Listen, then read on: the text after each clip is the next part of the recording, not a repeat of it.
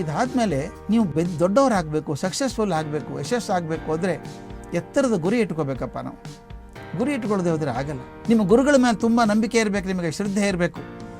ಒಬ್ಬ ಗುರು ಪೂರ್ತಿ ಜೀವನವನ್ನು ಬದಲಾಯಿಸಿಬಿಡ್ತಾನೆ. ನೀವು ಎಷ್ಟು ಜನ ಹೆಸರು ಕೇಳಿದ್ದೀರೋ ಗೊತ್ತಿಲ್ಲ. ರಾಮೇಶ್ವರಂ ಅಂತ ಒಂದು ಊರು, ತೀರ್ಥಕ್ಷೇತ್ರ, ಅದು ದಕ್ಷಿಣ ಭಾರತ ತುದಿ.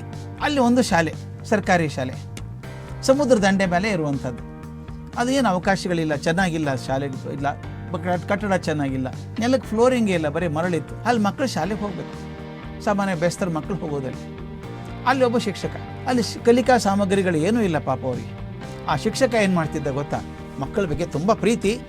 ಅವತ್ತಿನ ವರ್ತಮಾನ ಪತ್ರಿಕೆ ತೊಗೊಂಡು ಹೋಗಬೇಕು, ಅವನು ನ್ಯೂಸ್ ಪೇಪರ್ ತೊಗೊಂಡು ಹೋಗ್ಬೇಕು, ಕ್ಲಾಸಿಗೆ ತೊಗೊಂಡು ಹೋಗ್ಬಿಟ್ಟು ಹಾಸ್ಬಿಟ್ಟು, ನೋಡಿ ಮಕ್ಕಳೇ ಏನೇನು ಬಂದಿದೆ ನೋಡಿ ನ್ಯೂಸ್ ಪೇಪರಲ್ಲಿ ಇವತ್ತು ಅಂತ ಹೇಳಿ, ನೋಡಿ ರಾಮೇಶ್ವರಮೇ ಜಗತ್ತು ಅಂತ ಕೂತ್ಕೋಬೇಡಿ, ಬಾಂಬೆ, ದಿಲ್ಲಿ, ಕಲ್ಕತ್ತಾ ದೊಡ್ಡ ದೊಡ್ಡ ಊರುಗಳಿದ್ದಾವೆ, ಅಲ್ಲಿ ಹೋಗ್ಬೇಕು, ನೀವು ಬೇರೆ ದೇಶಕ್ಕೆ ಹೋಗಬೇಕು ಅಂತ ಹೇಳಿ ತನ್ನ ಕನಸುಗಳನ್ನು ಮಕ್ಕಳ ಕನಸಲ್ಲಿ ತುಂಬ್ತಾ ಇದ್ದ. ಪ್ರೀತಿಯಿಂದ ತುಂಬಬೇಕು. ಒಂದು ದಿವಸ ಕ್ಲಾಸಲ್ಲಿ ಪಾಠ ಮಾಡುವಾಗ ಪಕ್ಷಿ ಹೆಂಗೆ ಹಾರ್ತದೆ ಅಂತ ಚಿತ್ರ ಬರೆದು ತೋರಿಸ್ತಿದ್ರು ಮೇಷ್ಟ್ರು. ಪಕ್ಷಿ ಚಿತ್ರ ಬರೆದ್ರು. ನೋಡಿ ಮಕ್ಕಳೇ, ಗಾಳಿ ಬಂದಾಗ ಏನು ಮಾಡುತ್ತೆ ಅಂದರೆ ರೆಕ್ಕೆಯಿಂದ ಅದು ಗಾಳಿಯನ್ನು ಹಿಂದೆ ತಳ್ಳಿ ಮುಂದೆ ಹೋಗ್ತದೆ ಪಕ್ಷಿ ಅಂತ 15-20 ನಿಮಿಷ ಹೇಳಿದರು. ಹುಡುಗರು ಹಿಂಗೆ ಹುಬ್ಬೆಲ್ಲ ಗಂಟು ಹಾಕ್ಕೊಂಡು ಕೂತಿದ್ರು.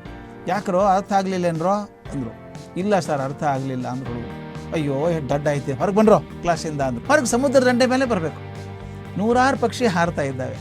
ಮೇಷ್ಟ್ರು ಅಂದ್ಕೊಂಡು ನಾನೇ ಚಿತ್ರ ಬರದೆ ಕ್ಲಾಸ್ ಒಳಗೆ, ಇನ್ನೇ ತೋರಿಸ್ಬೋದಾಗಿತ್ತಲ್ಲ. ನೋಡಿ ಮಕ್ಕಳೇ, ಆ ಪಕ್ಷಿ ಹೆಂಗೆ ಹಾರುತ್ತೆ ನೋಡಿ, ಪಟ ರೆಕ್ಕೆ ಬಡ್ಕೊಳ್ಳೋದಂದ್ರೆ ಏನು ಗೊತ್ತಾ, ಗಾಳಿಯನ್ನು ಹಿಂದೆ ತಳ್ಳಿ ಮುಂದೆ ಹೋಗೋದು, ಹೀಗೆ ಹೋಗ್ತದೆ ನೋಡಿ ಅಂತ ಹೇಳಿದರು. 5 ನಿಮಿಷಕ್ಕೆಲ್ಲ ಮಕ್ಕಳಿಗೆ ಅರ್ಥ ಆಯಿತು, ಮನೆಗೆ ಹೋದರು. ಒಬ್ಬ ಹುಡುಗ ನಿಂತೇ ಇದ್ದ.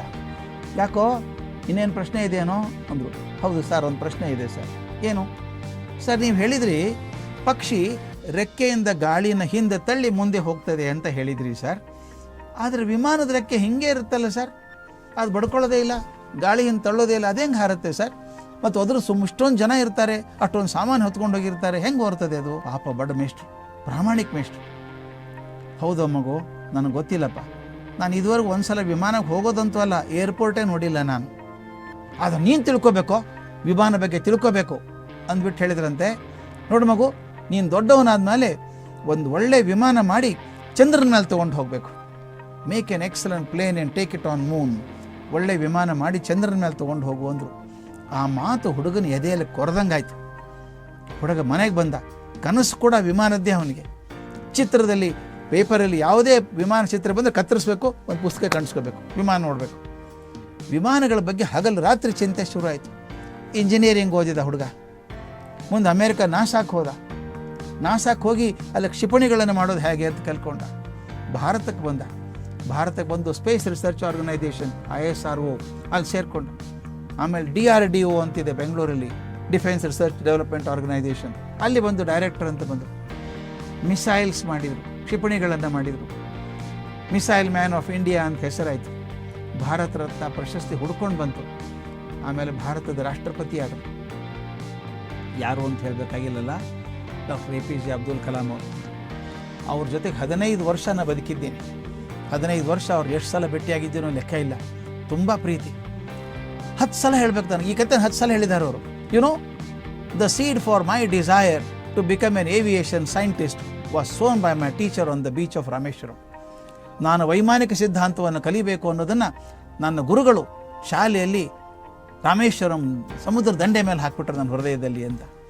ಮೇಷ್ಟ್ರು ಹಾಕಿದ್ದು ಒಂದು ಬೀಜ. ವಿಮಾನ ಬಗ್ಗೆ ತಿಳ್ಕೊಳ್ಳಯ್ಯ ನೀನು ಅಂತ ಒಂದು ಬೀಜ ಹಾಕಿದರು.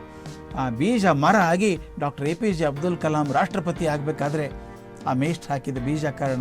ಅದಕ್ಕೆ ನೀವು ಇಲ್ಲಿರುವಂಥ ಬೇಷ್ಟ್ರುಗಳಿಗೆ, ಪ್ರಾಂಶುಪಾಲರಿಗೆ ಕೈ ಮುಗಿದು ಬೆಡ್ಕೋಬೇಕು. ನಾನು ಪಾಠ ಮಾಡೋದು ಅಂದರೆ ಅದೊಂದು ಕ್ರಿಯೆ ಅಲ್ಲ. ಏನೋ ಹೇಳಿದ್ದೀನಿ, ಸಿಲೆಬಸ್ ಮುಗಿಸಿದ್ದೀನಿ. ಸಿಲೆಬಸ್ ಮುಗಿಸೋದನ್ನು ಯಾರಾದರೂ ಮುಗಿಸ್ಬೋದು.